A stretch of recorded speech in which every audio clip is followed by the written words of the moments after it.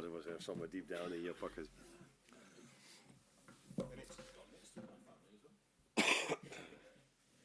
First of all, Anna, can we check on Trent Alexander-Arnold and Joe Gomez and their respective injuries? Trent has done parts of training sessions with us, not session yesterday. So let's see how he is today.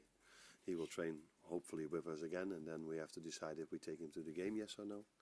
And Joe is it's his same leg again where he had the injury last time. We are still assessing that, but he will definitely not be available tomorrow. In fact, it's the same. How much of a concern is that? That's mostly a concern. Obviously, we weren't necessarily talking up the chance of a quadruple, but the chance of winning all 4 trophies has now gone. What impact does that have, if any impact at all? It should have impact, because if you're working at a club like this, you should compete for every trophy. We've said this from the start. And then to go out in the second occasion, so we beat Everton Stanley. But to lose against Plymouth is of course not acceptable. And as a team, and I think our fans as well are disappointed by that result. And now we have to show a different side of us tomorrow, because it wasn't only the result, the performance was far from what Liverpool standards are as well. Both Liverpool and Everton are tied on 41 Merseyside derby victories at Goodison Park. With that in mind as well, what consideration do you also have to give to it being the last ever Merseyside derby at Goodison Park? Sorry? I just wonder what consideration you have to give to it being the last ever Merseyside derby at Goodison Park as well, because there'd be a lot of emotion, certainly from an Evertonian perspective, behind that, and maybe that can impact the atmosphere on the night as well. Yeah, I think it's an extra reason why the atmosphere will probably will be even better than all the occasions before. But I haven't been to one, but people tell me at Goodison Park as at Anfield, but it's always a fantastic atmosphere.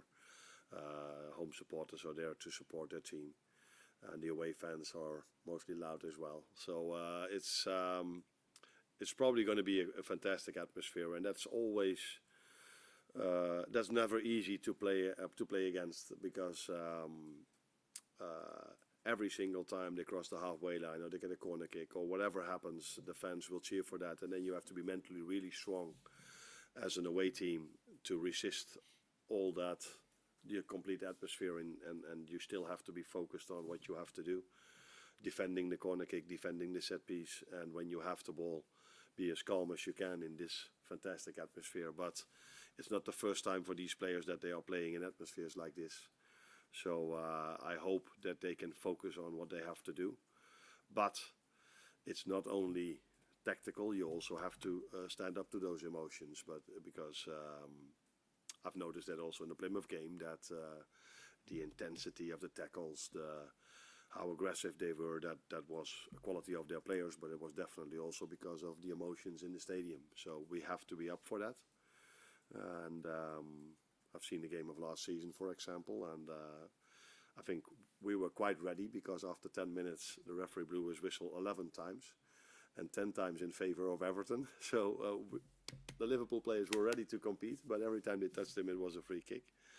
So I assume our players are ready for another battle tomorrow, for the simple reason that they've been ready for the whole season, and many of them are experienced for this tie.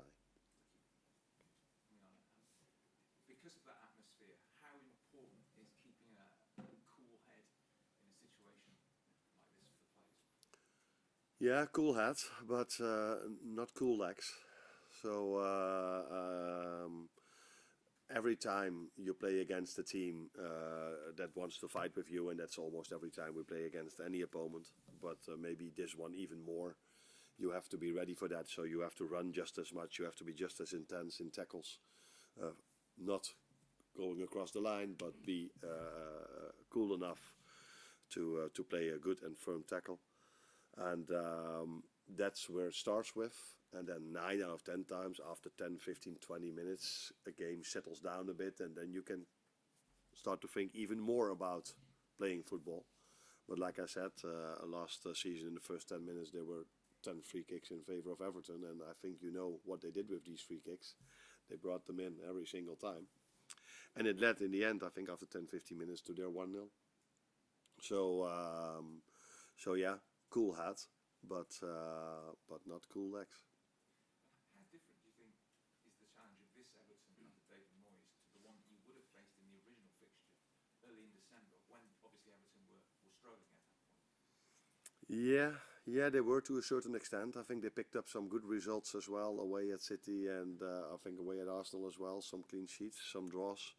I think those were very good results from an Everton perspective as well. If you go away, if you have to play away games like that. But yeah, you cannot. Or let's say differently. I'm aware of the fact that David took over 4 games and he's won 3. So that is definitely a great accomplishment from him, and they are definitely maybe now in a better place than they were a few weeks, months ago. But yeah, the weather circumstances are a bit better maybe as well. Hi, Arne. 7 out of the last 10 Merseyside derbies at Goodison Park have been draws. What does that tell you, and has that played a part in your preparations for this one? Now, it definitely tells you how difficult it is for both teams to win from each other. So when David Moyes came there in 2002, he took a team that was fighting against relegation, and he made it a club that was in the end playing top 4. So he done incredibly well, but the last few seasons, Everton were more playing, were not competing top 4 anymore. So a team like that, normally Liverpool would get more points, more wins against teams that are around Everton than the ones they did over here. So it tells you how difficult the away leg for Liverpool is if they play Everton away. And yeah, that we all know, because as long as I'm in football, I know that derbies are always more difficult than facing the same team that's somewhere around that position in the table, but then it isn't a derby. That's clear, because fans bring the best out of players. I've experienced this a few times already here at Anfield. I've experienced this many times at my former club. And I hope I'm not going to experience that tomorrow, but I think the fans will bring the best out of the Everton players tomorrow again. This is the first of 5 games in 15 days in the Premier League for you. Some really big, important games in there as well. Will this period here define your Premier League season? No, because this period, 5 games in 15 days, is what we've done for 7 months now. So every phase of the season is crucial if you play Premier League. This is the hardest league to win, because there are so many teams that can win this league, and there are so many teams that are able to win 10-15 games in a row. So you cannot slow down, or you cannot have a few games that you are not on top of your game, because then all of a sudden another team catches you up. That's what the Premier League is. That's why it's such an exciting league and such a beautiful league to work in, and for the fans, that's why the whole world is looking at us. For that reason, in my opinion, Arsenal last season, after they went to Qatar, I think they won the first 8 games and only lost 2 of the last 15 or 17. But still, City were able to win the league because they probably win every single game. I don't know exactly, but so yeah, that's the league we are in. So the upcoming 5 are important, but after that, the 9 afterwards are important. But the first, how many games did we play? 23, something like this, 24, has been just as important.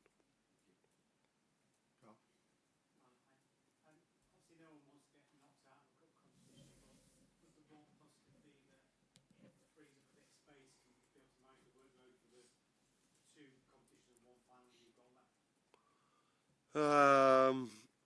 There was a wise man that once said to me, nothing good comes from losing a football game, and I completely agree. So we would definitely have preferred to play 6 games in 18 days, or 7 in 21, or 8 in 24, because that's the schedule we are in. Now, with us losing this game, there's one moment where we have a normal week, but that's definitely not what we wanted when we went to Plymouth.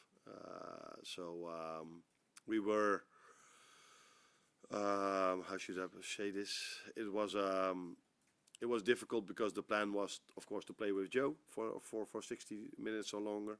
The plan was to start Curtis, but he came out Sunday saying that he didn't feel well enough to play. So then all of a sudden we missed two important players. I think people know Darwin's situation, that he became a dad 1 or 2 days before the game. So and that happened in Spain. So he came in a bit later. So there were some circumstances that weren't perfect when it comes to the idea was to play with an even stronger team than we did now. But still, this team should have been able to win that game. And the fact that we didn't, and we didn't against PSV as well, also tells us that these players definitely need these games to get the best out of them. Because it's so difficult to get the best out of them if they hardly play any games. And that's why, again, it's disappointing that we don't have this extra game for them in 18 days. We've spoken a lot about fast starts over the course of this season, and we've seen Everton start really fast in the last two home games, 3-0 up at half time. If you look at the away games Liverpool haven't won this season, they've been behind at half time against Newcastle, Arsenal and Forest. So how important do you think that early period of the game is going to be when we're getting the result? Oh, I think 90 minutes of the game are very important, and in the first 10 minutes or first 15 minutes in an away game it's even more important not to go behind, because if you are a goal behind, then the fans are having even more emotions, and then they cheer for everything. If you kick a ball outside the stadium, they still cheer. But if you are 1-0 down and you do the same, they're all booing you. So it's definitely important in an away game not to go behind. The reasons why we drop points against the teams you just said is probably more because these teams have a lot of quality, and that for that reason we went a goal behind. And then it has to do with us starting not so well, because I said it before, but at Forest, the 4 or 5 minutes we started really well, but one counter attack led to their goal. Yeah. So yes, it's important in a away game to control the emotions of the crowd. And the worst thing you can do is come a goal behind, because then the emotions will be there for as long as till the moment you have a 2-goal lead. But till then, the emotions will be very positive for the home team. So yeah, that's why being focused and concentrated in a away game is even more important than in a home game.